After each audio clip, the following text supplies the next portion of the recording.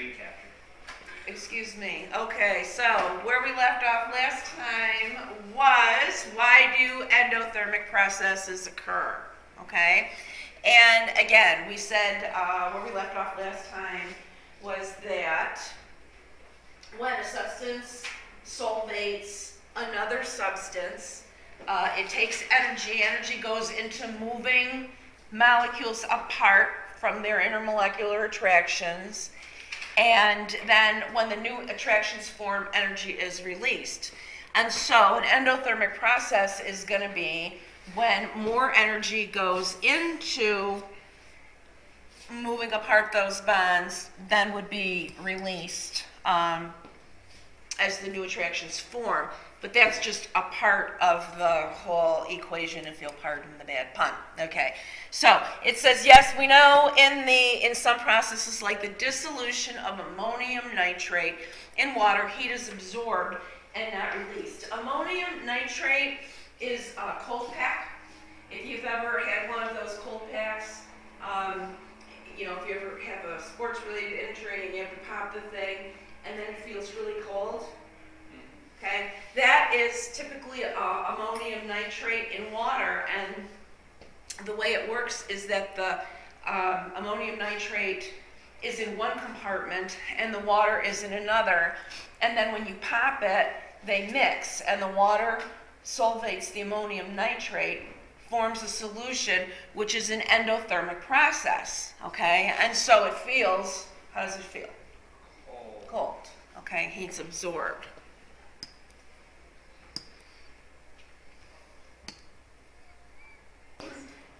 Okay, so that's part of the reason is the enthalpy change. The other part of it is entropy, okay? And have we used that word before, entropy? Yeah. I think so.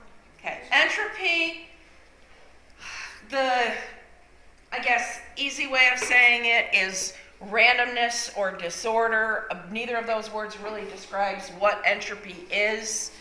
And we'll talk more about it when we get into the thermodynamics chapter for the second one that we're going to do this year. But they use the word disorder or randomness. We'll talk more about that later and give you a little bit of a better definition for it. So the more random the system gets, the lower the energy of the system is. So if you look at something like this, you have two compartments here with two different substances in here, and when you mix the two substances together, we would say that that's an increase in entropy now, because instead of having two nice ordered compartments here, we have everything mixed in one large solution there, okay?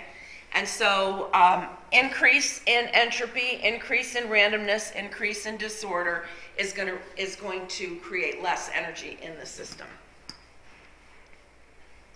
So far what we're talking about is solutions, solvation, okay? And this is just a reminder, I guess, to think about what's actually happening in that kind of a process. So if I take salt and I dissolve it in water, okay, and I make a solution, is it possible to get the salt back out? Yes. How? You can evaporate the water. Yeah, if you evaporate the water, you should get the salt back. It's a physical process. It's a physical process, okay? And this slide was stuck in here to remind you to make sure what you're looking at is a physical process and not a chemical process, because this is something completely different. This is nickel metal. Here, little bits of nickel metal. And this is concentrated hydrochloric acid. That's what it says anyway. And when you put the two of them together, it kind of, solution sort of turns kind of greenish. And then what they did here in the third slide was they evaporated off all of the liquid, and this was what was left. Okay, so this is a completely new substance that was formed in this case. This is not a physical process. This is not just making a solution. This is actually a chemical reaction. So make sure when you're looking at adding something and something together that you're not having a chemical reaction take place. If it's a physical process, you should be able to get the two phases separated somehow or another.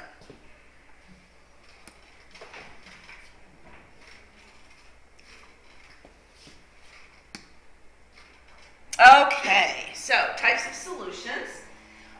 Saturated is one, the other is unsaturated, and the third is supersaturated. Okay? So we looked at the demonstration on Friday of a supersaturated solution. We said saturated means it's full. It can't dissolve any more solute at that temperature. Okay?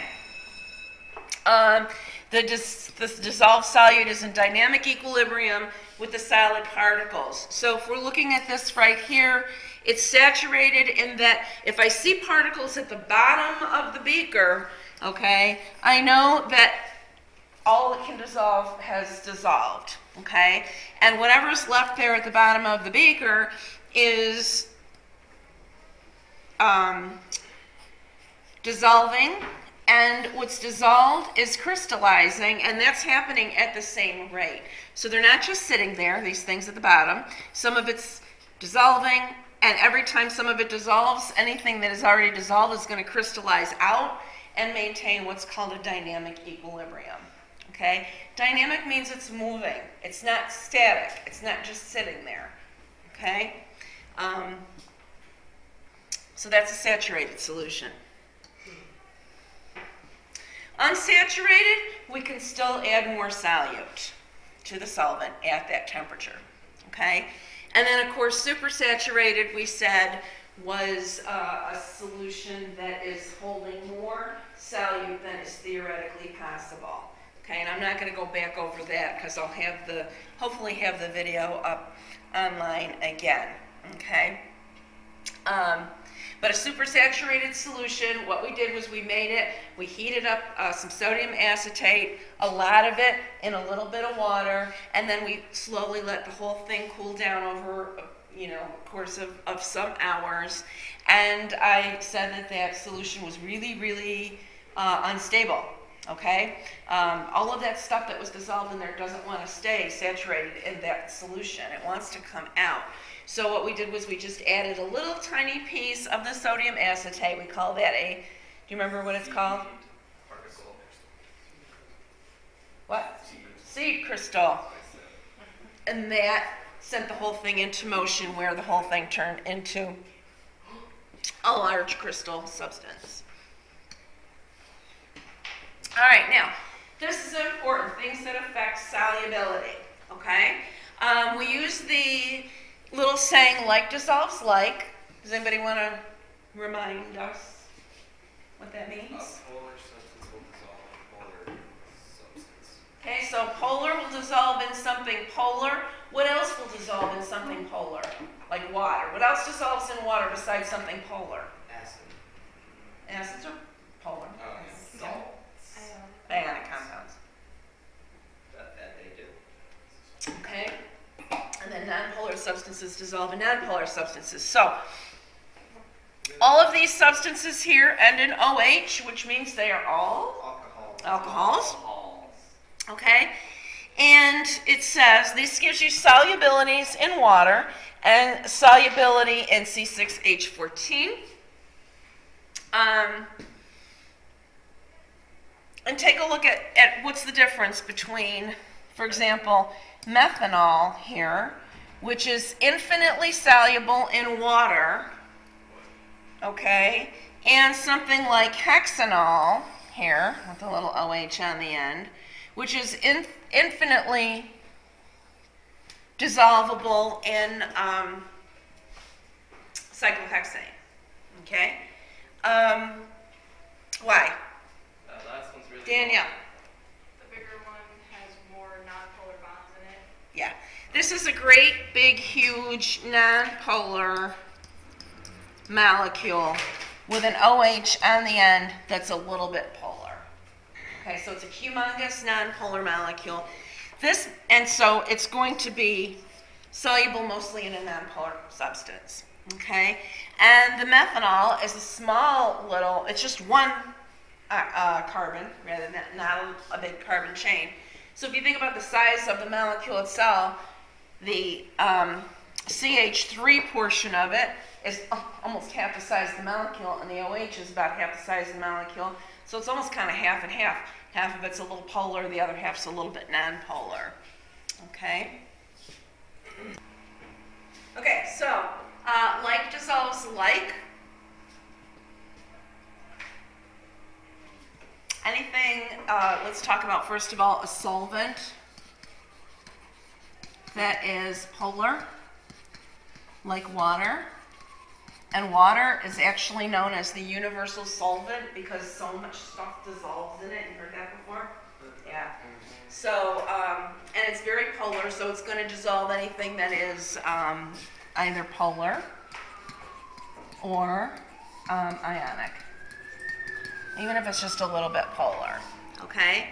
And then a substance that is nonpolar obviously is going to dissolve in something else that is nonpolar, okay? You have to have an attraction for whatever it is that you're trying to solvate. In other words, water's really polar, okay?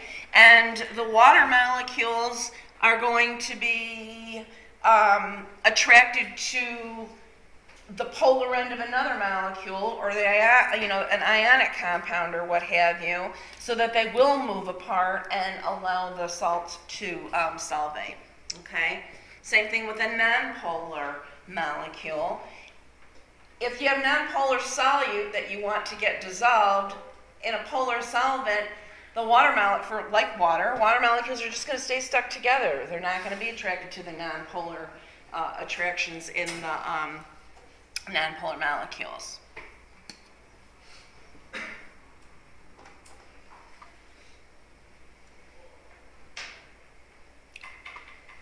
All right, and here is another example of glucose, which is carbon, hydrogen, and oxygen. You have a question? Oh, I was going to ask, like, how does a nonpolar substance dissolve in a nonpolar thing? Like, what is it attracted to in a nonpolar substance? Okay. What to write? Okay. So the question is, how does a nonpolar solvent dissolve in a nonpolar solute dissolve in a nonpolar solvent? Okay. So if it's nonpolar, the only attractions it's got going for it are Nonpolar. which? Molecular forces. What kind of London dispersion forces? Okay. And so if you have London dispersion forces in your solvent and you have London dispersion forces in your solute, then there's basically the same really kind of lack of attraction for one another with nonpolar and nonpolar. It's the same kind of attraction. So the solute is going to have the same kind of attraction for the solvent as it has for each other. Okay, so it has like weaker bonds, so it's easier to break up anyway. If it's weaker, yep. If they're both two substances with weaker intermolecular forces.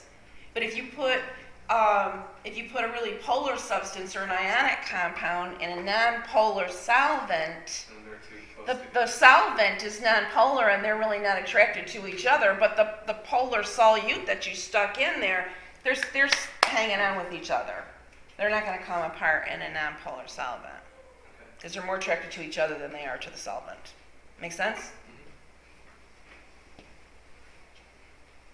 Okay.